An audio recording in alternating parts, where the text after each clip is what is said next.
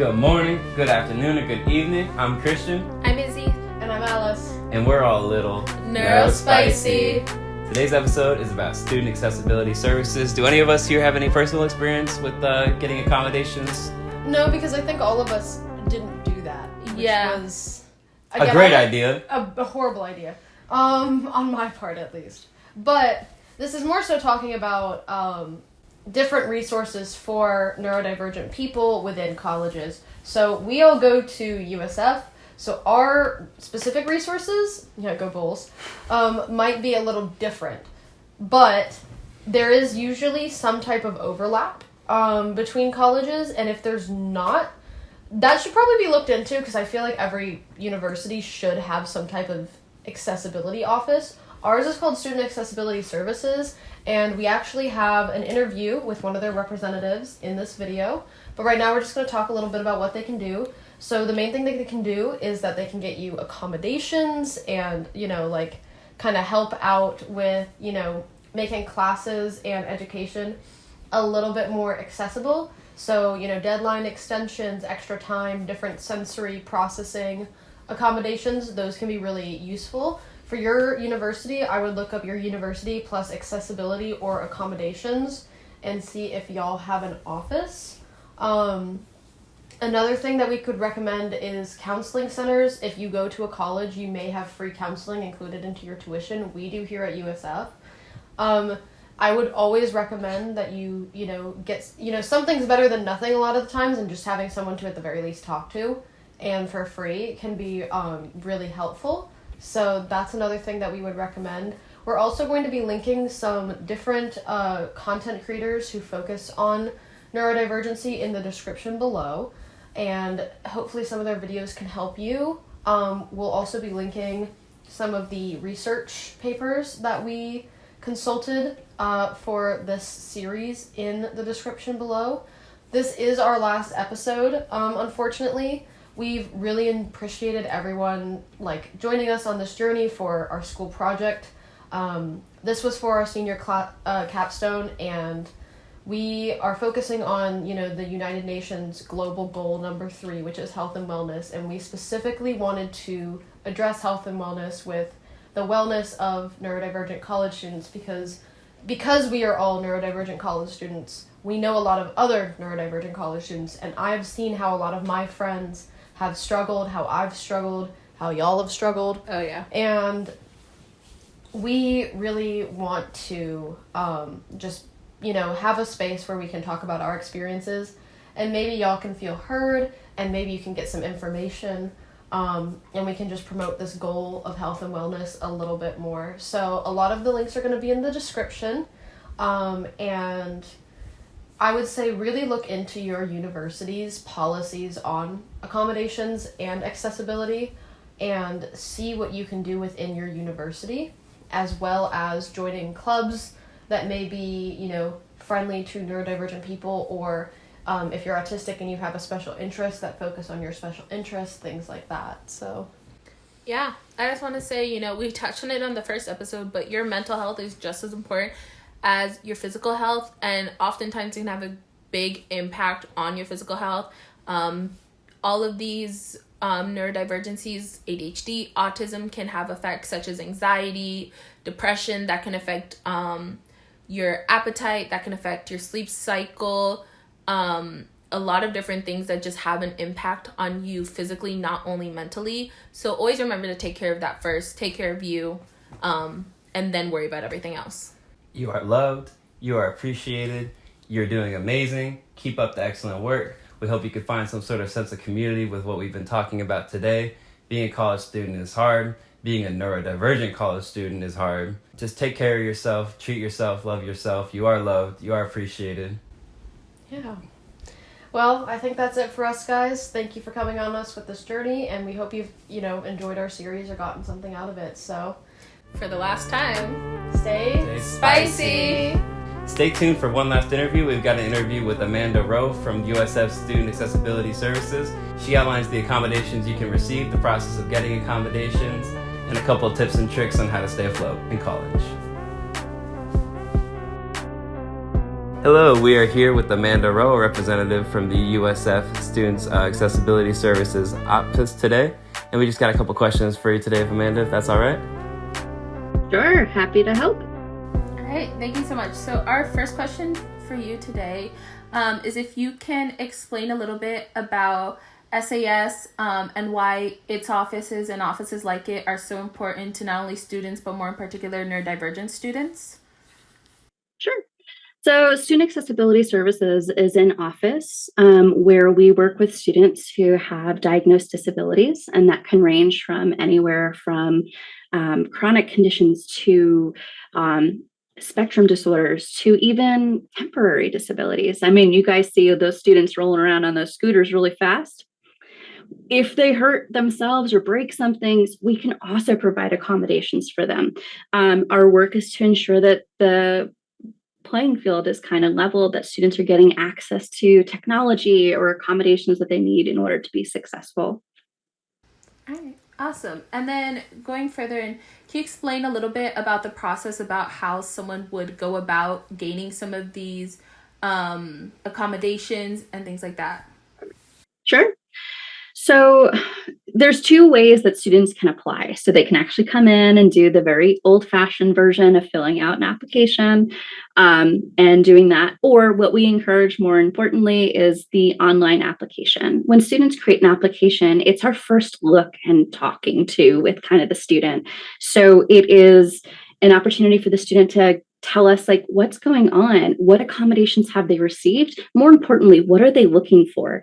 It's also really important when students are creating this application that they're uploading their documentation at the same time, so we don't have to keep contacting the student like, hey, we need to complete the file in order for you to proceed to the next steps. Okay. All right, and then would you say like, are there any ways outside of like diagnoses, especially for people with like neurodivergent, for them to receive accommodations, or is it like very strictly like have to have certain paperwork to be able to receive some of those? So we traditionally we do need documentation. We typically need to know what is an official diagnosis and more importantly, how it affects the student. So most medical providers, doctors, whatever, they are able to kind of fill that out. We have forms online if you're interested in looking at those. There are verification forms. They are on our website. It's things that we ask doctors to complete. Or if students have documentation from high schools, 504s, things like that, they can bring those in as well, and we review those.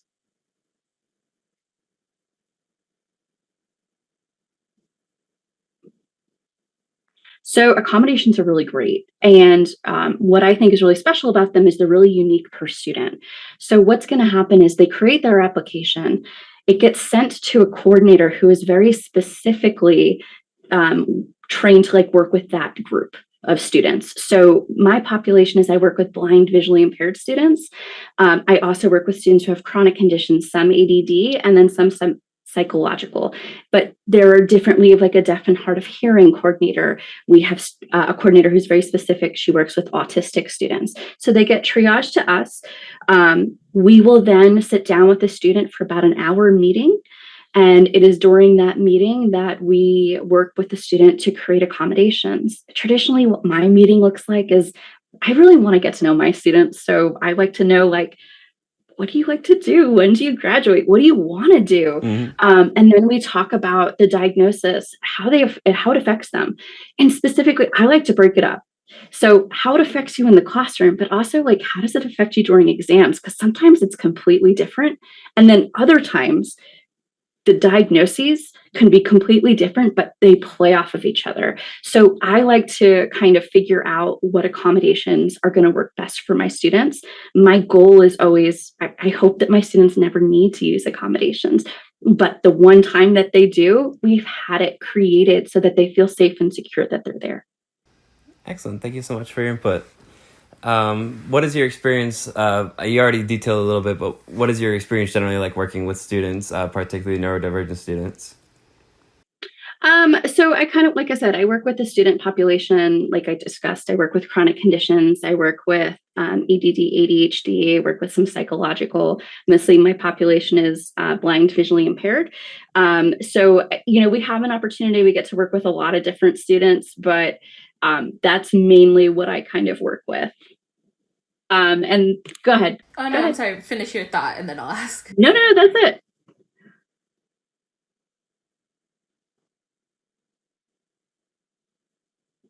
That's a great question. I would say extended time, reduce distraction. Okay. So extended time on exams specifically, and then reduce distraction, which is just a smaller testing space than, being in the classroom with potentially up to 300 students. I'm sure you've both experienced that. Yep. Very helpful. And last question we have for you. How do you think that neurotypical people can help better understand those who are neurodivergent? It's kind of a big picture question. It is a big picture question. And I think we're getting there. So it's hard to answer, right? Because it's kind of like one of those, well, this is what I hope. But let me tell you what I'm seeing. So I started here 7 years ago. And I took over the blind visually impaired population. And when I first started, it was COVID. It was during the COVID time is when I was really starting to take over that population. And not a lot of people knew how to make things accessible for how do you make an accessible PDF? What does this look like? What does a screen reader do in an online class? What about a biology lab where it's all animated? How do you make that accessible for a blind student? So what I can tell you is through the years of working with our professors who are so fabulous, I cannot tell you the collaboration. When I email professors now and say, hey, you're going to have a student in your class, let's talk through. They're like, oh, it's already done. I have PDFs that are accessible. Can you look through my class? Can you double check? Can you make sure? And it's such a different conversation from where it was. So there's been a big growth. Ultimately, I'd love to see a space where, maybe we don't get negative feedback or pushback hey, I don't understand why that they need this accommodation. My perfect reality would be, yeah, no problem. Let's figure out how to make it work versus, hey, can you talk me more about this? I'm not sure why I need this or where this is coming from. So we're getting the collaboration. I would love to have the full, I totally understand. I got you. No big deal versus the, hey, can you talk me through a little bit more of what this is looking like? So I think we're so close. And like I said, I'm so fortunate. The USF professors that I have worked with really want to be this collaborative, but I would love the next stage, that next, done. What I've been seeing with my blind course, my blind students in those courses, taken care of, or, hey, can you review? I think I'm good. That's what I would love to continue to see. Excellent. I'm very glad to hear there's been so much progress even in the last 7 years. Yeah. Do you have anything? Any other questions? I don't think so. I was just going to ask if you had any last closing statements or stories or anything you'd like to share on the topic. Sure. I would say my last closing statements is I want students to know that we're here. And I want students to know that we're here for a variety of things. Like I said, I recently spoke to somebody from, they do the tours on campus, and she had no idea that we work with students who don't have the official diagnosis. You break your arm. What do you do if you break your arm and it's your writing hand? How do you? So I want students to know we are here. We're supportive. We will meet with you. Even if you don't have the documentation you need, start the conversation so we can help support you. My goal, and I know the team, our goal is to make sure that accommodations are there, everything's accessible, and that we're supporting our students. So talk to us, say hi to us, come by. I like to think we're really pleasant, and we're so happy to support everybody. So please come by and say hi. Yeah. Excellent. Thank you so much for your time and for your input. It's been lovely speaking with you. I hope you have a great rest of your day. You too. Take care. Take care.